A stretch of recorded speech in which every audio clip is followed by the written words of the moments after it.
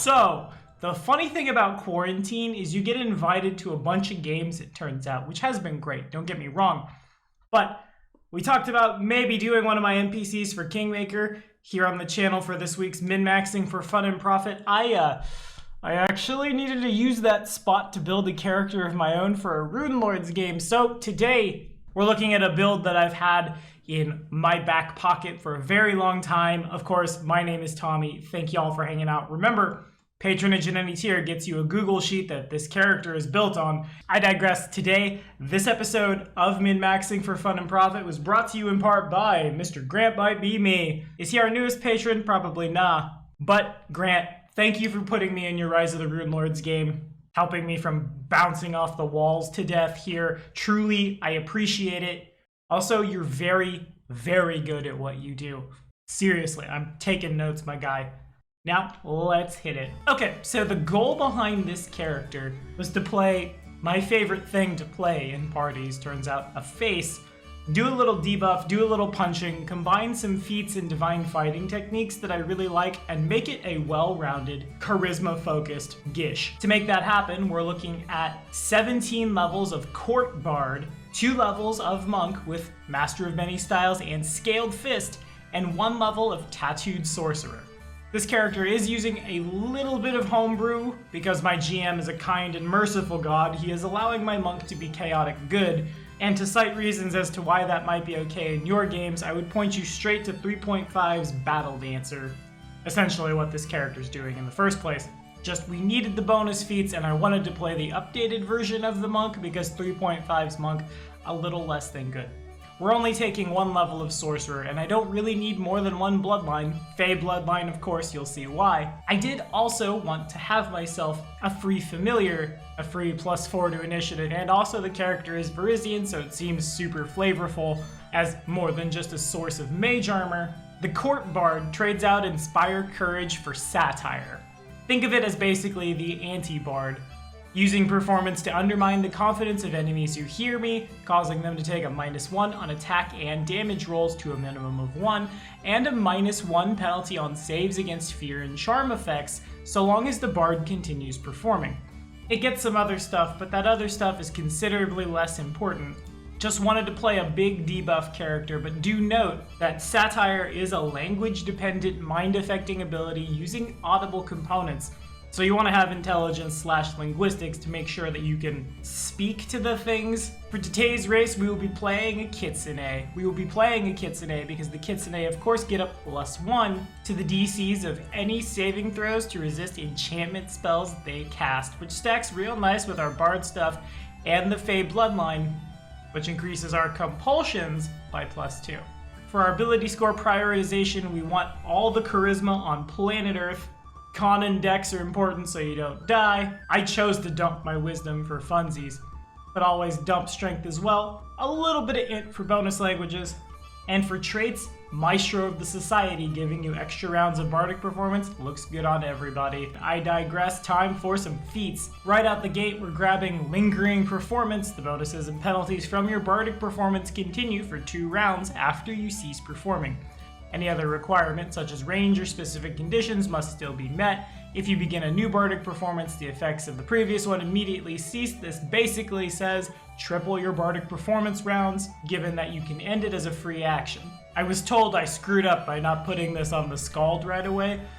Maybe that was the case, who knows. Anyway, this just seems too good to not take. At level 2, the reason we're chaotic good is a chaotic good bard can replace versatile performance, and so we shall, with Desna's Divine Fighting Technique. This will allow us to add our charisma bonus to attack and damage while wielding a Star Knife.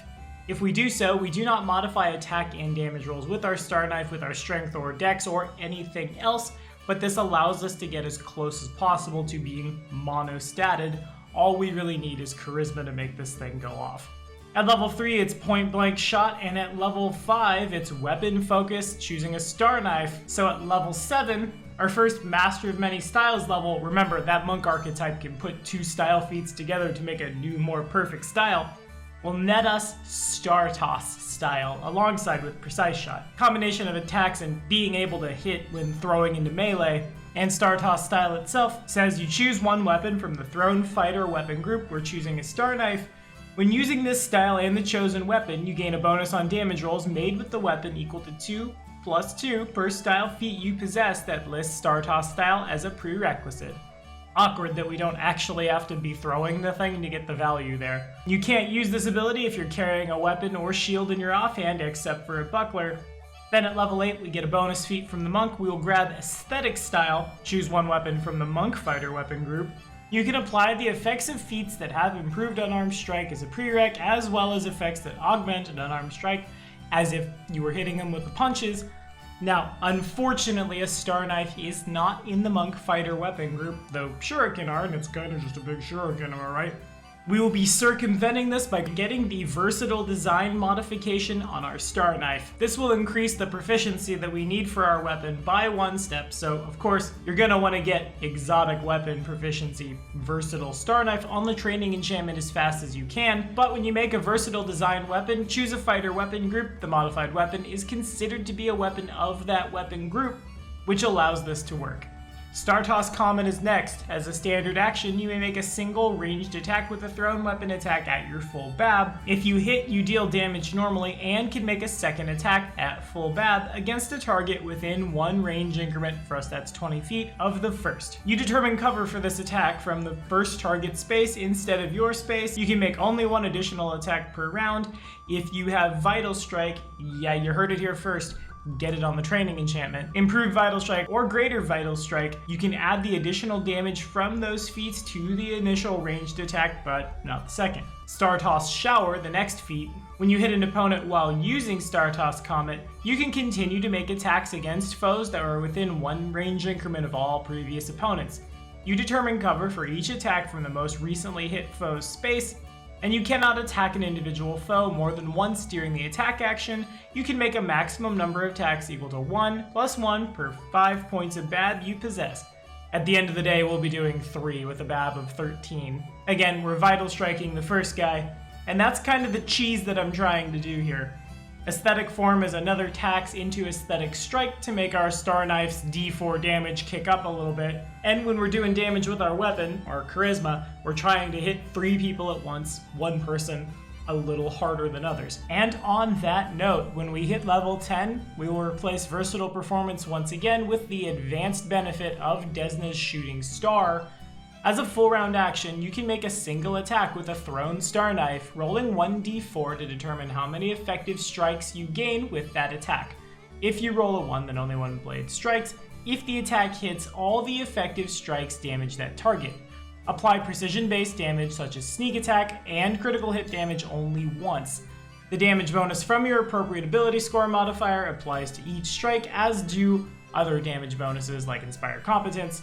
Damage reduction and things apply separately. 75% of the time, if there's only 1 target left, this will come out better for us. It's a strange mini-shot, but I really like it. Our last 2 feats will be Vital Strike and Improved Vital Strike, freeing up the training enchantment that you used for Vital Strike in the first place to grab something else. What that is, friends, up to y'all. Now, for our key magic items and things, of course, something like the Returning Enchantment or a Blinkback Belt, however you get your hands on it, pretty clutch for this one. Given that you're hucking your weapon at people, you kinda want your boomerang to come back, right? Other than that, a lot of the value this character has is coming from their spellcasting ability. In particular, spells like Confusion, an enchantment, so we get a +1 from being a Kitsune, a Compulsion, so we get a +2 from that Sorcerer bloodline. Unfortunately, not a charm, but hey, DC's still 3 higher. To walk into a room and then suddenly all creatures in a 15-foot radius burst are doing random nothings, and you walk away and let the problem solve itself. Same story for something like Song of Discord, which is something we get via a bardic performance as well. Literally just turn the battlefield into a mosh pit. Each affected creature has a 50% chance to attack the nearest target each round. A creature that does not attack its nearest neighbor is free to act normally for that round. Creatures forced by a Song of Discord to attack their fellows employ all methods at their disposal choosing their deadliest spells and most advantageous combat tactics. They don't hit things that have fallen unconscious, but I think we'll be fine. Especially if we lead off with Mind Fog, also an enchantment compulsion, to put a -10 on everyone's will saves beforehand. That's a lot of things, and terrifying is all of them. One last spell, which is also enchantment compulsion, Frozen Note. It's a concentration spell up to 1 round per level, a 30-foot radius emanation centered on you. You produce and sustain a single, perfect musical note that holds nearby creatures, friend as well as foe, utterly spellbound until you stop singing. Affected creatures are both paralyzed and oblivious to their surroundings so long as you maintain the note. Maintaining this note requires your absolute attention. If you take damage or take any other action, including moving, the spell ends. Creatures that succeed in their initial saving throw must make a new one for each round they spend within the area of the spell unless they fail and become captivated. Creatures with 4 or more hit dice greater than your caster level aren't affected. Those with 4 or more hit dice less do not receive a save. Oops, everybody's coup de grace-able. There's not going to be any damage math on this particular build because the way it does damage is so strange and versatile and kind of just flavor to taste. Maybe you need to hit 3 people, vital striking the first one and bouncing off a couple others. Maybe you roll that d4 and do your charisma 4 times to a single target. The idea behind this character was to make something that was super toolboxy, would have a lot of things to do in and out of combat because I enjoy out of combat phase stuff. I also knew I would be in a party with some 5e refugees who had never played Pathfinder before, so I wanted to make sure I played something that was good, that was nifty, that was useful without showing up people. And I think that design goal was done for sure. But that's all the time we have for today, friends. What do y'all think? Are we playing this? Have we run something like this? Throw it in the comments. We got more min-maxing for fun and profit coming at you next week. Next week, we are optimizing around the spell Arrow Eruption. I'll see you then.